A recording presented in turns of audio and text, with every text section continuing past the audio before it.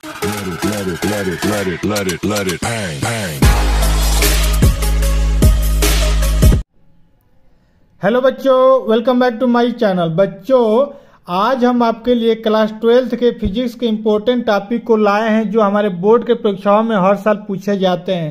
यहाँ पर आप क्वेश्चन देख सकते हैं। क्वेश्चन दिया है कि बोहर के परमाणु मॉडल के अभिगृहित लिखकर समझाइए।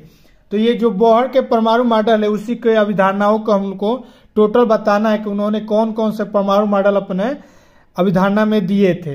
ये जो क्वेश्चन है आप देख सकते हैं यहाँ पर 2022 का जो पेपर है भौतिक विज्ञान का, जो हमारा 5 का अंक नंबर है, उसमें पूछा भी है कि बोहर के परमाणु मॉडल के अभिगृहित लिखकर समझाइए। तो आइए इस वीडियो के माध्यम से जानते हैं कि बोहर के परमाणु मॉडल क्या है। ठीक, यदि आप हमारे चैनल पर नए हैं तो चैनल को सब्सक्राइब और इस वीडियो को लाइक जरूर कर दीजिए। ठीक, तो आइए देखते हैं कि बोहर के परमाणु मॉडल क्या क्या है। ठीक, हमने पॉइंट पॉइंट में आपको लिख के समझाऊंगा। ठीक, यहाँ पर पॉइंट नंबर 1 कह रहा है कि सन 1930 में नील बोहर ने एक परमाणु मॉडल प्रस्तुत किया। कब किया था भाई? 1913 में, यानी 1913 में उन्होंने ये मॉडल जो दिया था उन्होंने दिया था। ठीक, जो प्लांक और आइंस्टीन द्वारा प्रतिपादित विकिरण के क्वांटम सिद्धांत पर निर्धारित है। ठीक, यानी जो उन्होंने अपना जो सिद्धांत दिया था वो किस पे निर्धारित है? प्लांक और आइंस्टीन द्वारा जो विकिरण के क्वांटम सिद्धांत है उसी पे आधारित है। तो देखते हैं कि बोहर का परमाणु मॉडल और क्या कहता है। तो पॉइंट नंबर 2 कह रहा है कि इलेक्ट्रॉन केवल उन्हीं कक्षाओं में घूम सकते हैं। जो इलेक्ट्रॉन होता है हम जानते हैं कि वो न्यूक्लियर सेंटर का क्या होता है, चारों ओर घूमता है। तो वही कह रहा है कि जो हमारा परमाणु में जो इलेक्ट्रॉन होता है केवल उन्हीं कक्षाओं में घूम सकता है जिनमें उनका कोणीय संवेग मानिए जो कोणीय संवेग जो होता है, घूमने की जो गति होती है, हमेशा h/2π का पूर्ण गुणज हो, जहां पर h जो हमारा यह है प्लांक का स्वार्थिक नियतांक है, यानी हमारा क्या है? कांस्टेंट है। यानी हमारे एक पॉइंट कह रहा है कि इलेक्ट्रॉन केवल उन्हीं कक्षाओं में घूम सकता है जिनमें उनका कोणीय संवेग h/2π का पूर्ण गुणज हो। ठीक, यानी ये हमारा पॉइंट हो गया यहाँ पर। यानी हम कह सकते हैं जो MBR है, MBR हमारा क्या है? कोणीय संवेग है, जो होता है इक्वल टू होता है NH/2π। यानी हमने अभी यहाँ पर फॉर्मूला में देखा कि h/2π का क्या होता है? पूर्ण गुणज होता है। ठीक, अब यहाँ पर n की जो वैल्यू होगी हमारी क्या होगी? 1 2 3 4 5 ऐसे ही चलती जाएगी। n जो हमारा है वो क्या है? n हमारा मुख्य क्वांटम संख्या है, उसमें किस में चक्कर लगा रहे हैं। यहाँ पर आप चित्र से समझ सकते हैं कि ये हमारा क्या है? सेंटर है। सेंटर के चारों ओर हमारा इलेक्ट्रॉन क्या करता है? चक्कर लगाता है। तो यहाँ पर जो चक्कर लगाता है तो यहाँ पर n की संख्या 1 है, यहाँ पर 2 है, वैसे 3 हो जाएगा। तो यही हमारा n क्या होता है? पूर्ण गुणज होता है। किसके? तो h/2π के। ठीक, ऐसे ही एग्जाम में आपको लिखना है, हमने आपको लिख के दिखाया है। ठीक, उसी बाद थर्ड पॉइंट कहता है जो ये समीकरण है, इस समीकरण को हम लोग क्या कहते हैं? इस समीकरण को बोहर का क्वांटीकरण प्रतिबंध कहते हैं। ठीक, अगर ये पूछे कि ये समीकरण क्या है या पेपर में पूछ देता है कि बोहर का क्वांटीकरण प्रतिबंध समीकरण किसे कहते हैं, तो आप इसी को लिख दिएगा mv² = NH/2π, जहां पर h हमारा क्या है? प्लांक कांस्टेंट है। ठीक, प्लांक का स्वार्थिक नियतांक है। ठीक, और देखिए इसमें क्या का नियम है। पॉइंट नंबर 4 कह रहा है कि अस्थायी कक्षाओं में घूमते समय, जो अस्थायी कक्षाएं हैं जो फिक्स रहता है, उसमें जब घूमता है जो इलेक्ट्रॉन, उसकी ऊर्जा का उत्सर्जन नहीं करते। यानी कहने का मतलब ये है कि जो हमारा इलेक्ट्रॉन है एक फिक्स अपनी अपनी कक्षाओं में घूमता है। जो अस्थायी कक्षाएं हैं उससे में अगर लगातार वो घूम रहा है तो उसमें क्या होगा? ऊर्जा का उत्सर्जन नहीं होता है। यद्यपि लेकिन उनमें अभिकेंद्र त्वरण होता है जिससे उनका परमाणु का अस्तित्व बना रहता है। यानी कहने का मतलब ये है कि जो अस्थायी कक्षाएं होती हैं उसमें इलेक्ट्रॉन का ऊर्जा का उत्सर्जन नहीं होता है, लेकिन उत्सर्जन नहीं होता है तो कैसे घूमती हैं भाई? तो कैसे घूमती है? अभिकेंद्र त्वरण के द्वारा उनका अस्थायित्व बना रहता है, वो कंटिन्यू वो उसमें चक्कर लगाती रहती है। यानी इसमें क्या होता है? यहाँ नीचे की ओर हमारा, यहाँ पर चित्र में देखिए हमारा क्या होता है? इसके केंद्र की ओर हमारा क्या होता है? अभिकेंद्र त्वरण कार्य करता है, जो इसको कंटिन्यू उसी कक्षा में अस्तित्व बनाए रहता है, उसमें ऊर्जा की कोई जरूरत नहीं पड़ती है। ठीक, अब पॉइंट नंबर 5 को आ रहा है कि जब परमाणु को किसी कारणवश बाहर से ऊर्जा मिलती है, ठीक, जब परमाणु को किसी कारणवश बाहर से ऊर्जा मिलती है तो उसका कोई इलेक्ट्रॉन अपनी निश्चित कक्षा को छोड़ के ऊंची कक्षा में चला जाता है, परंतु परमाणु की यह अवस्था उत्तेजित अवस्था कहलाती है।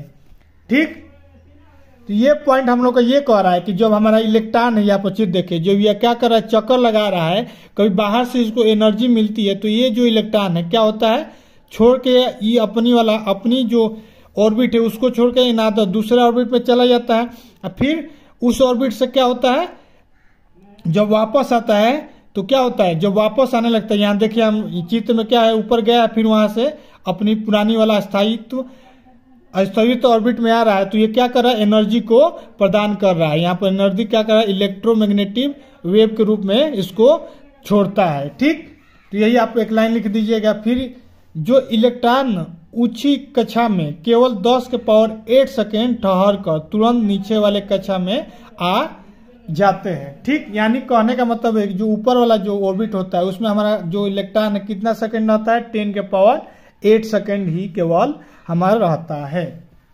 ठीक, अब देखिए, और तथा लौटते समय क्या करता है, इलेक्ट्रोमैग्नेटिक तरंग वेव जो होता है के रूप में ऊर्जा को उत्सर्जित होता है। यानी जो हमारा इलेक्ट्रॉन है किसी भी ऑर्बिट में चक्कर लगा रहा है, बाहर से अगर उसको ऊर्जा देंगे तो क्या होगा, उस जिसमें लगा रहा है, इसे मान लीजिए इस लाइन में लगा रहा है, तो बाहर से ऊर्जा मिलने के कारण इस ऑर्बिट को छोड़कर वो बाहर वाले ऑर्बिट में चला जाएगा।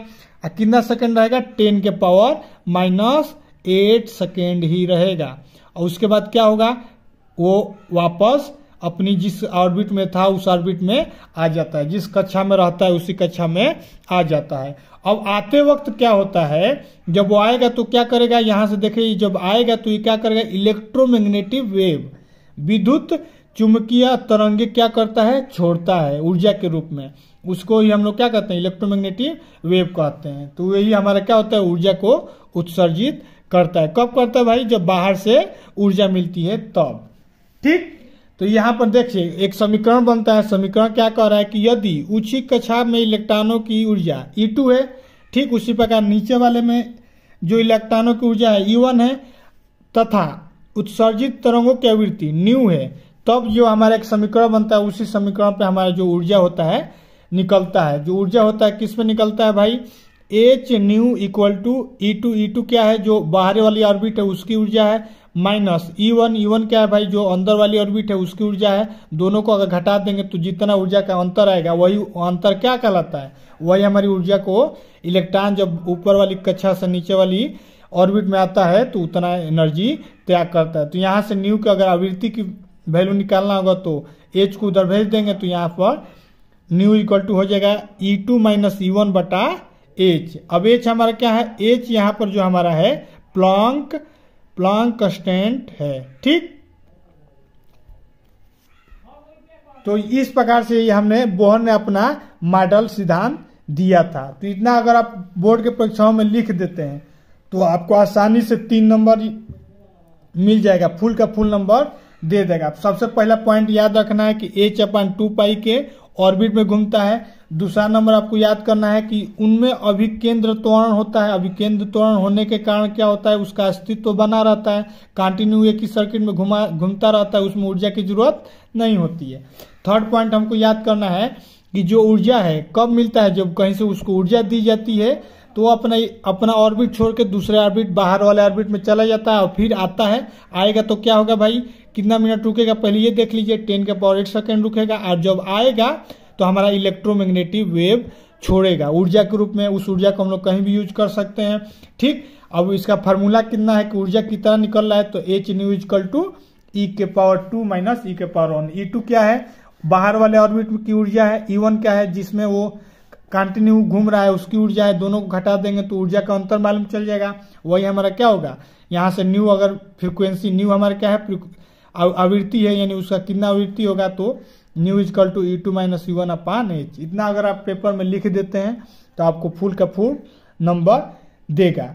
ठीक, तो इस प्रकार से हमने बोहर के परमाणु मॉडल के बारे में हमने आपको पूरा डिटेल बता दिया। यदि आपको ये वीडियो अच्छा लगा है तो वीडियो को लाइक और चैनल को सब्सक्राइब जरूर करें। मिलते हैं नेक्स्ट वीडियो में। फिजिक्स के और भी इंपॉर्टेंट क्वेश्चन को सॉल्व करेंगे और न्यूमेरिकल को भी देखेंगे जो बोर्ड के परीक्षाओं में हमेशा पूछे जाते हैं। तब तक के लिए जय हिंद, जय भारत।